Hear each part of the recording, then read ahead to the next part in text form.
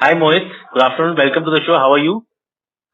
Hi, Jignesh. It's always a pleasure speaking with you. I think the day couldn't have been better today given the way the budget has come out and given the way markets have reacted. So Mohit, my first question to you, you have a career span of I think 15, 20 years now, almost like a 15 to 20 years, 2 decades of experience. Tell me last time when you have seen such a rally in the market. Never. I don't think so. This kind of a rally has ever been seen after a budget. It's an unprecedented move, not just in the broader indices, but the way Bank Nifty has moved today. I think it's bewildering. For lack of better words, I think I'm completely in shock and awe as to what has really transpired. And this is one lifetime of a move.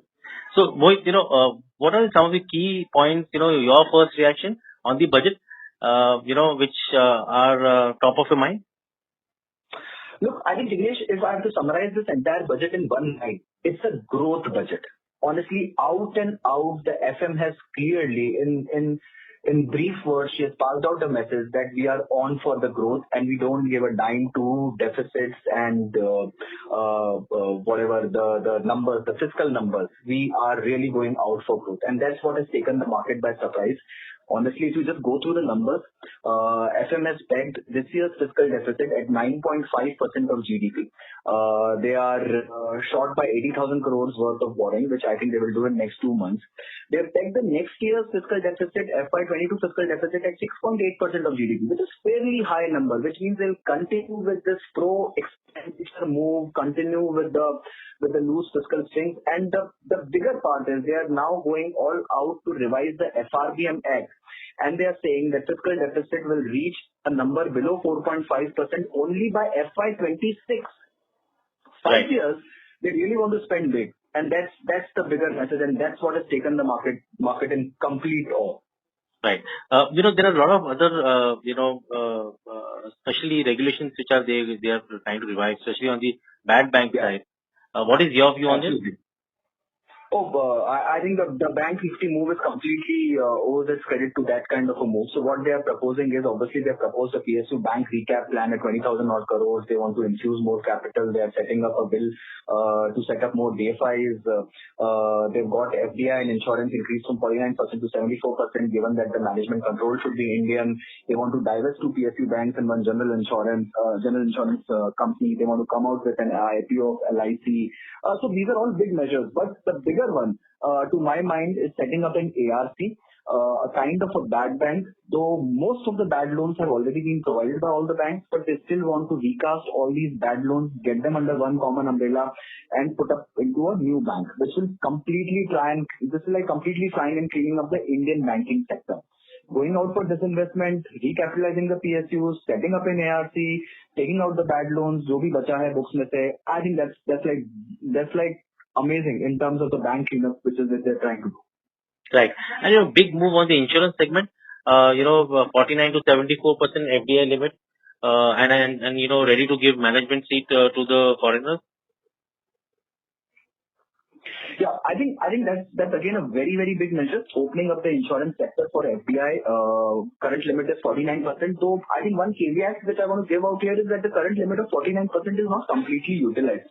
ऐसा नहीं है कि जो India में insurance players हैं वहां पर everyone is having a 49% FDI and people are lining up for more or clamoring for more, but still opening up the shores for 74% foreign participation is big. India as a country is still grossly underinsured, and there are a lot of players who want to enter, and they've gotten a very good caveat that the management will be Indian, which is a very good thing. But simultaneously, Jignesh, I should also point out that there is one clause in this budget which was not candidly spoken about, which is that unit premiums over 2.5 lakh now. If you pay a premium above 2.5 lakh per year, it will become taxable at par with mutual funds, which means long-term capital gains tax will be applied on ULIPs. So I think that's a big negative for insurance sector, and the positive is the disinvestment bill. So both will neutralize, though I think disinvestment is a bigger positive in the long run. But in the long run, mutual fund industries is also supposed to gain on this, right? Because they will get part of it. Yes, because of so two clauses which will help mutual fund industry indirectly and not directly, and I should get the attention of all the audience out here. Clause number first, I've already spoken that the ULIPs now will be taxed akin to what mutual funds are taxed, which means long-term capital gains taxation will be applicable to your ULIPs where the premium is above 2.5 lakhs. And the second biggest thing is what they are proposing is to tax employees' contribution in provident funds. Employees' contribution in provident fund, whether voluntary or mandatory, over 2.5 lakh rupees अगर होता है तो उसका जो interest income है that will also भी taxable, which means अगर आपकी ये सेविंग स्कीम के इंटरेस्ट टैक्सेबल होने लग गया तो जो फ्लो वहां जाता है that can also get diverted to mutual funds in the long run. So to me, these two measures though directly impact investors on other fields, insurance and provident fund, but they are long-term positive for mutual funds in the country. Right. This is a good move overall from a mutual fund industry perspective and getting everybody on the same plane. Yeah. Apart from this, BFSI segment and banking segment, so I think automobile also there is a lot of action. The scrapping policy. Sorry, I couldn't get your question clearly. So, I was saying, apart from this, in the automobile segment also there is action, especially on the scrapping of old vehicles. Oh yeah, I think that's also a good one. Though again, वहाँ पर scrapping को भी थोड़ा सा voluntary रखा गया. It's not been made compulsory, but I think it's a big good long-term positive. Honestly, I think the bigger positive about this budget is it has not tempered much. It has kept things unchanged. On the direct taxation side, it has not given any bad news. Good news नहीं दिया, but that is okay. Market was fearing bad news. Market was fearing COVID shares. Market was fearing higher taxes. And वो सब कुछ नहीं हुआ है. So good news, no news is good news for the market when it comes to budget. That's the whole thing, honestly, and I think that's what the market is really like. Just take an example of ITC. ITC kind of a stock. When was the last time you saw ITC moving up 5-6% on a day of budget? I think honestly, as the commodity, cigarettes have just got taxed year after year in this country. But today they've not tempered with anything. They've not touched anything, and you see the move in ITC today. So I'm just saying they've kept many things unchanged, and that's what market is like. Yes, it's a very interesting point you made on ITC. A lot of guys would have missed on that. Apart from the FFCG segment, do you see any other sector doing good? I think budget is usually positive for many sectors. Honestly, I think budget is largely positive for autos. Budget is largely positive for banks, private sector banks especially. Budget is big time positive for insurance. Budget is and obviously for farm sector also they've tried and done many things. They've revised the agri credit target. They've revised the micro irrigation target. They've revised the agri infra fund. So बहुत सारी चीजें करी है. In fact कुछ छोटी छोटी चीजें जो नोटिस में नहीं आती हैं. So like let's say they have decriminalized many compliances which were first criminal penalties under the Companies Act 2013. So they've decriminalized a lot of things out there. They've revised some limits in terms of definition. They've revised some limits on or definitions of one-person companies. So those are smaller things which are quite good.